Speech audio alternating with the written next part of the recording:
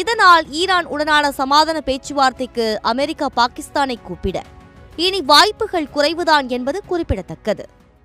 Lebanon is a country of remarkable diversity, shaped by layers of civilization and a rich cultural and historical legacy.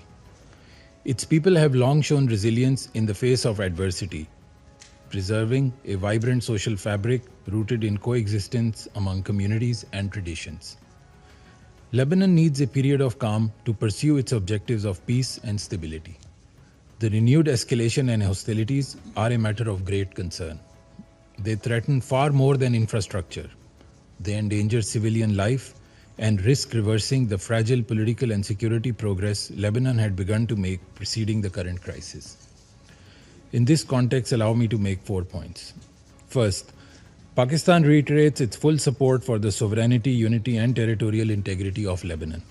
We condemn in the strongest terms Israel's continued military aggression in southern Lebanon. ஈரானுக்கு எதிரான போர் நிறுத்த ஒப்பந்தத்தில் Lebanon இல்லை என்று சொல்லி அந்நாட்டின் மீது தொடர்ச்சியாக இஸ்ரேல் தாக்குதல் நடத்தி வருகிறது. இதனால் ஹார்முஸ் நீரிணையை மீண்டும் மூடியதுடன் அமெரிக்கா இஸ்ரேல் நாடுகளுக்கு தகுந்த பாடம் புகட்டுவோம் என்று ஈரான் சூளுரைத்துள்ளது. இதன் காரணமாக உலக நாடுகள் மீண்டும் கடுமையான கச்சா எண்ணெய் தட்டுப்பாட்டினை சந்திக்கலாம் என்று தெரிகிறது. இந்த நிலையில் இஸ்ரேல் அமெரிக்காவின் இரட்டை நாடகத்தை பாகிஸ்தான் நாடு தோலுரித்து காட்டியுள்ளது.